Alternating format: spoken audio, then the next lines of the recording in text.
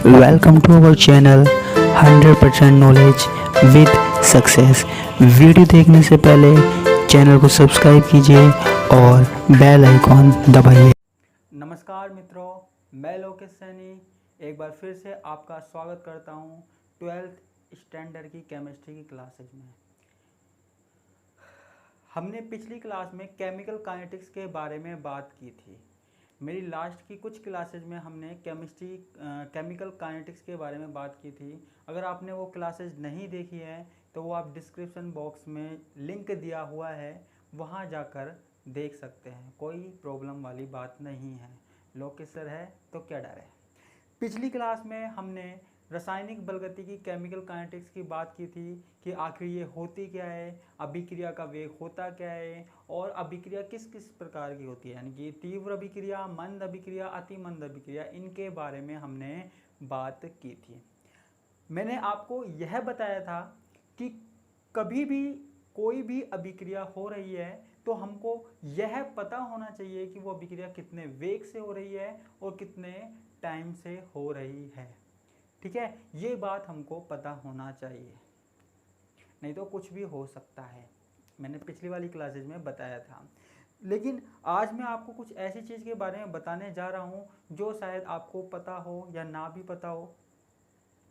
देखो, हमको पूरा पता है अभिक्रिया के बारे में कि अभिक्रिया इतने टाइम में कंप्लीट होती है, अभिक्रिया का वेग इतना होता है, लेकिन फिर भी अभिक्रिया उतने टाइम में नहीं हो पाती। हमें अभिक्रिया का वेग पूरा पता है, लेकिन हमने सोचा कि अभिक्रिया होगी 10 मिनट में और वो अभिक्रिया हो जाती है 5 मिनट में, या फिर उस अभिक्रिया को होने में ज़्यादा टाइम लगता है। यानी कि हमें टाइम पता है अभिक्रिया कितनी देर में होगी, लेकिन फिर भी उस टाइम में अभिक्रिया नहीं हो पा रही या उससे जल्दी अभिक्रिया हो रही है। तो ऐसा क्यों हुआ? इन चीज़ों के पीछे क्या कारण है? आखिर अभिक्रिया ने ज़्यादा टाइम क्यों लगाया या फिर अभिक्रिया कम टाइम में क्यों हुई? तो उनके बारे में हमको आज बात करनी है। ठीक है, तो ऐसा क्यों हुआ? क्योंकि ऐसे कुछ कारक हैं प्रकृति में, ऐसे कुछ कारक है प्रकृति में या अभिक्रिया के दौरान ऐसे कुछ कारक होते हैं जो अभिक्रिया के वेग को प्रभावित करते हैं। तो बच्चों, आज का हमारा टॉपिक यही है, factors affecting the rate of reaction, अभिक्रिया के वेग को प्रभावित करने वाले कारक। तो आज हमको पढ़ना है कि ऐसे कौन कौन से कारक हैं जो अभिक्रिया के वेग को प्रभावित करते हैं, अभिक्रिया के वेग को परिवर्तित कर सकते हैं, अभिक्रिया के वेग को बढ़ा सकते हैं, अभिक्रिया के वेग को घटा सकते हैं। तो ये सारे कारक हमको पढ़ने हैं आज की क्लास में। तो आज की क्लास में सबसे पहला जो कारक है वो है हमारे पास अभिकारकों की सांद्रता या क्रिया कारकों की सांद्रता, कंसंट्रेशन ऑफ रिएक्टेंट। ठीक है, दिख रहा होगा आपको। देखो, ये कारक कहता है कि हमारे पास जितना ज़्यादा अभिकारक होगा, जितना ज़्यादा रिएक्टेंट होगा, अभिक्रिया का वेग उतना ही जल्दी होगा। जितना ज़्यादा रिएक्टेंट होगा, अभिक्रिया का वेग उतना ही जल्दी होगा। ऐसा क्यों हुआ? ऐसा देखो, एक नियम भी कहता है। 11th क्लास में एक नियम था, कौन सा? द्रव्य अनुपाती क्रिया का नियम। वो कहता था कि अभिक्रिया का वेग अभिकारक की सांद्रता के समानुपाती होता है, कहता था वो। यानी कि जितना ज्यादा अभिकारक हम लेंगे, अभिक्रिया का वेग उतना ही ज्यादा होगा।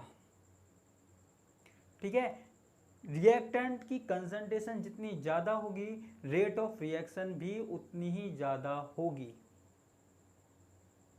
देखो बच्चों, कोई भी अभिक्रिया जब होती है तो कैसे होती है? दो मॉलिक्यूल आपस में टक्कर करते हैं। दो मॉलिक्यूल या दो अणु आपस में टक्कर करते हैं।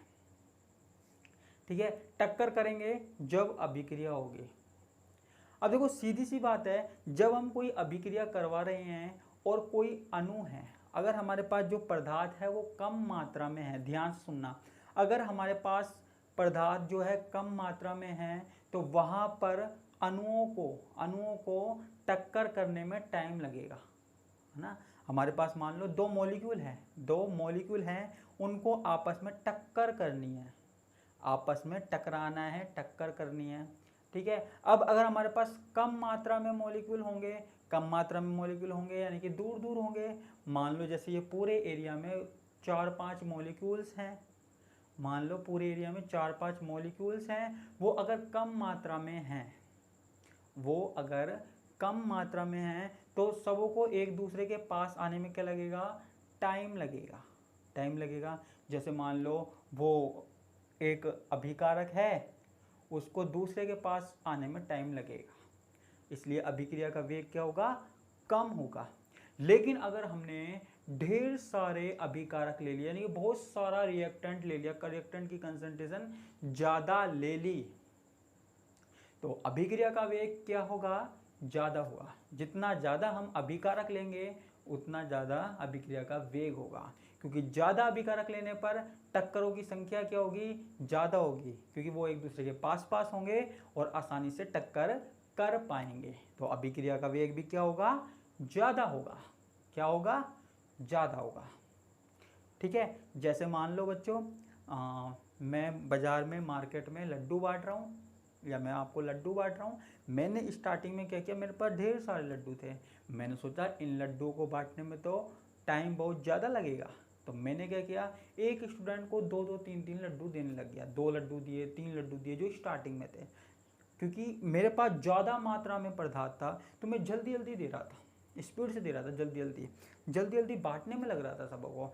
लेकिन जैसे ही मेरे पास लड्डुओं की संख्या कम हुई, पदार्थ की संख्या कम हुई, तो मैंने सोचा अभी तो मुझे 2 घंटे और बांटने हैं और सारे स्टूडेंटों को बांटना है, तो मेरी अभिक्रिया जो है वो धीमी हो गई, यानी कि मैं कम मात्रा में देने लग गया। पहले मैं 2 दे रहा था, अब मैं 1 दे रहा हूँ, फिर हो सकता है आधा दूँ, फिर हो सकता है थोड़ा थोड़ा सा प्रसाद दूँ। ठीक है, और देने की स्पीड भी धीमी हो गई, क्योंकि किसी ने मुझसे कहा कि अभी 2 घंटे और बांटने हैं, तो देने की स्पीड भी क्या हो गई, धीमे हो गई। तो कुछ समझ में आया, ऐसा ही तो होता है कि जब हमारे पास ज़्यादा मात्रा में पदार्थ होगा तो अभिक्रिया का वेग ज़्यादा होगा, और जब कम मात्रा में पदार्थ होगा अभिक्रिया का वेग कम होगा। ये हमारे पास क्या था, पहला कारक था, मैंने अपने हिसाब से भी समझा दिया। अब हमारे पास दूसरा कारक आता है अभिकारकों की प्रकृति, नेचर ऑफ रिएक्टेंट। अब ये क्या चीज़ होती है, देखो अभिकारक, हमारे पास कोई रिएक्शन है AB+CD, उससे क्या बन रहा है, AC और BD बन रहा है। AB और CD से क्या बन रहा है, AC और BD बन रहा है। देखो अब हमको AC और BD बनाने के लिए हमको क्या करना पड़ेगा, A और B के बीच में जो बॉन्ड है वो तोड़ना पड़ेगा, नहीं तोड़ना पड़ेगा, तोड़ना पड़ेगा। और C और D के बीच में जो बॉन्ड है वो तोड़ना पड़ेगा, वो भी तोड़ना पड़ेगा। ठीक है, इन दोनों के बीच में जो बंध है, बॉन्ड है, वो टूटेगा जब ही तो नया बंध बनेगा।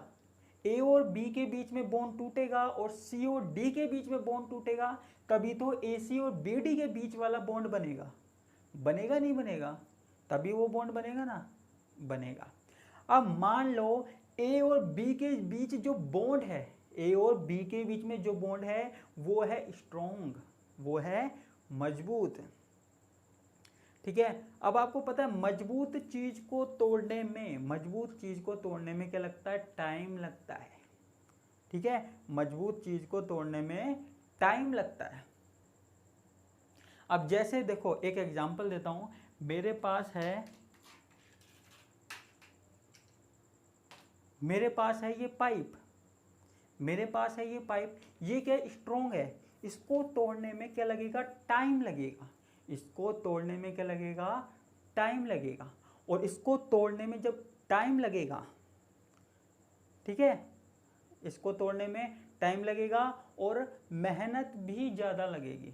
मजबूत है, टाइम ज़्यादा लगेगा और मेहनत भी ज़्यादा लगेगी। ठीक है, और जब मुझे ज़्यादा टाइम लगेगा तो आप कहोगे कि सर आप कितना टाइम लगा रहे हो, आपकी स्पीड कितनी धीमी है और आपका वेग कितना धीमे है, क्योंकि मैंने इसको देरी से तोड़ा।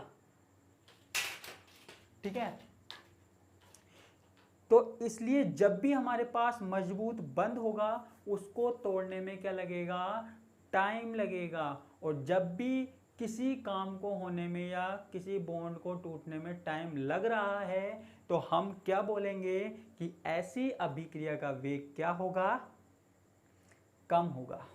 क्या होगा, कम होगा। अब मुझे किसी ने कोई ऐसा पदार्थ दे दिया, मान लो मुझे ये न्यूज़पेपर दे दिया, ठीक है, इसको आराम से फाड़ना आसान काम है। देखो मैंने ये फाड़ दिया, कितनी स्पीड से फाड़ दिया मैंने, है ना। क्यों? क्योंकि इसमें जो कागज है, कागज के कण हैं, उनके बीच में जो बॉन्ड है वो है कमजोर, ठीक है, इसके बीच में जो बॉन्ड है वो कमजोर, और बॉन्ड कमजोर है तो मैंने आसानी से फाड़ दिया, और मुझे टाइम भी क्या लगा, कम लगा। और जब मुझे टाइम कम लगेगा तो कोई कहेगा यार तूने तो कितनी जल्दी ये काम कर दिया, ठीक है। तो मेरी अभिक्रिया क्या होगी, जल्दी होगी। कुछ समझ में आया? तो आपको दो बातें याद रखनी है।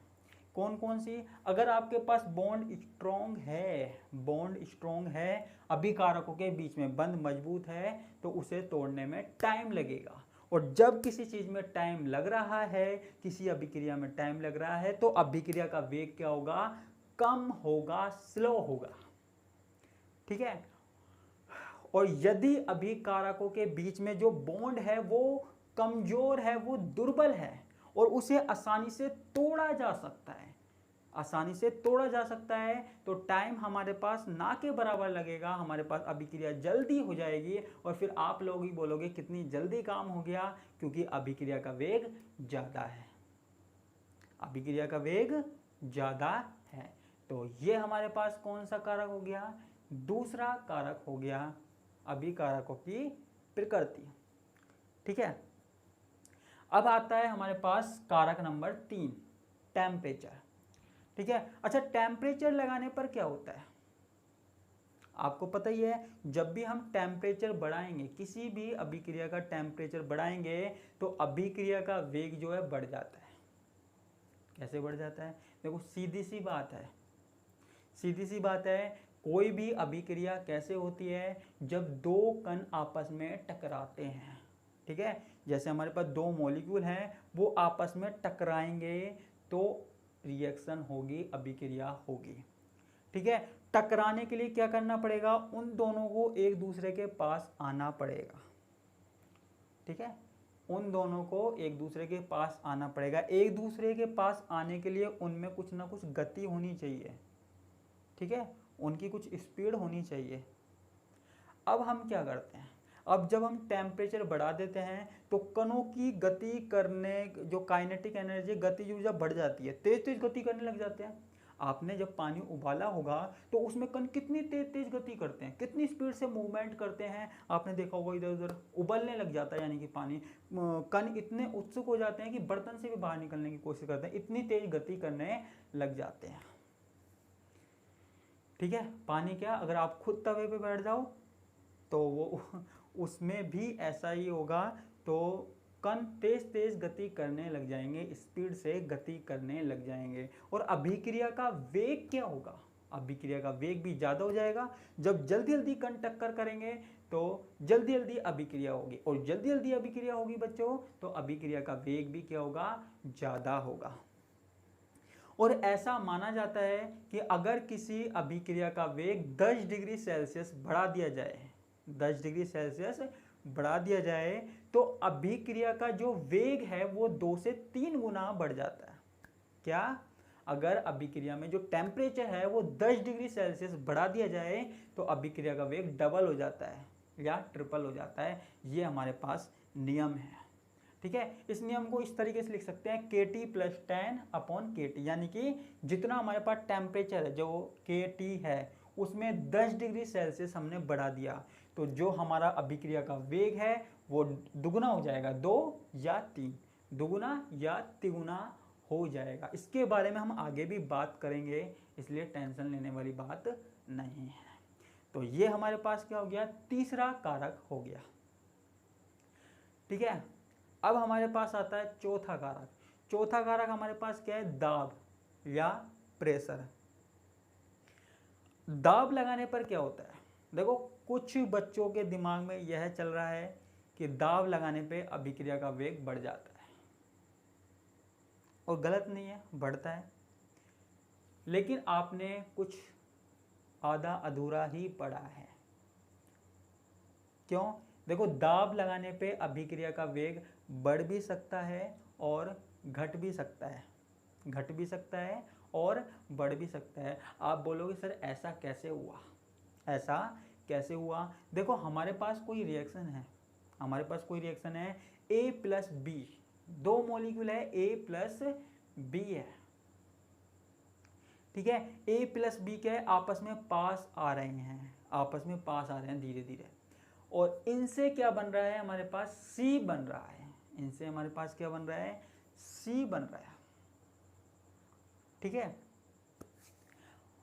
और एक अभिक्रिया हमारे पास क्या है, एक अभिक्रिया हमारे पास है C, एक रिएक्टेंट है, एक अभिकारक है, यानी कि इसकी विपरीत अभिक्रिया है, और उससे क्या बन रहा है A प्लस बी, ठीक है। अब देखो जो पहले वाली अभिक्रिया है A प्लस बी से जो C बन रहा है, वहां पर अगर हम दाब बढ़ाएंगे तो अभिक्रिया का वेग भी बढ़ जाएगा, ठीक है। और जो दूसरी वाली रिएक्शन है जहां पे C से A और B बन रहा है, वहां दाब लगाने पर अभिक्रिया का वेग घट जाएगा। आप बोलोगे सर ऐसा क्यों हुआ, ऐसा क्यों हुआ? देखो पहली वाली रिएक्शन में क्या हुआ, पहली वाली रिएक्शन में दो मॉलिक्यूल थे, A मान लो, इसे B मान लो, ठीक है। वो दोनों एक दूसरे के पास आ रहे हैं, धीरे धीरे पास आ रहे हैं, धीरे धीरे धीरे धीरे धीरे पास आ रहे हैं।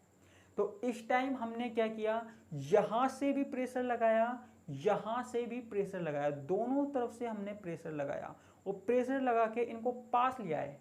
जितना ज़्यादा प्रेशर लगाएंगे उतनी जल्दी ये पास आ जाएंगे, और पास आकर क्या होंगे, एक दूसरे के साथ जुड़ जाएंगे और एक नया प्रोडक्ट बनेगा, एक प्रोडक्ट बनेगा। दो चीज़ों को जुड़ने से एक नया प्रोडक्ट बन रहा है, नया उत्पाद बन रहा है, ठीक है। मॉलिक्यूल्स में आप देख सकते हो A और B पास आ रहे हैं, ठीक है। अब यहाँ से और यहाँ से अगर मैं प्रेशर लगाऊंगा तो सीधी सी बात है अभिक्रिया का वेग बढ़ेगा, ठीक है। लेकिन दूसरी वाली कंडीशन में ऐसा क्या हो रहा है, देखो दूसरी वाली कंडीशन में हमारे पास जो C है, एक रिएक्टेंट है, केवल एक रिएक्टेंट है, और उससे प्रोडक्ट में क्या बन रहे हैं, दो बन रहे हैं, दो मॉलिक्यूल बन रहे हैं, ठीक है। अब देखो इसको मान लो एक रिएक्टेंट, और मान लो कि जब ये दोनों अलग होंगे तब हमारे पास A और B बनेंगे। ये हमारे पास क्या है, C, ये दोनों अलग होंगे तो ये बनेगा A, ये बनेगा B, ये बनेगा A, ये बनेगा B, ठीक है। कब, जब ये दोनों अलग होंगे, ठीक है। लेकिन हम क्या कर रहे हैं, हम यहाँ से भी और यहाँ से भी क्या कर रहे हैं, दाब लगा रहे हैं, यहाँ से भी दाब लगा रहे हैं, यहाँ से भी दाब लगा रहे हैं, मेरे दोनों तरफ से दाब लगा रहे हैं। तो क्या दोनों ये जो अलग हो पाएंगे, क्या ये C अलग हो पाएगा, और क्या ये A और B में बदल पाएगा? जब दाब लगा रहे हैं तो कैसे बदलेगा? और जब ये A और B में बदल ही नहीं पाएगा तो हमारे पास A और B कैसे बन पाएंगे?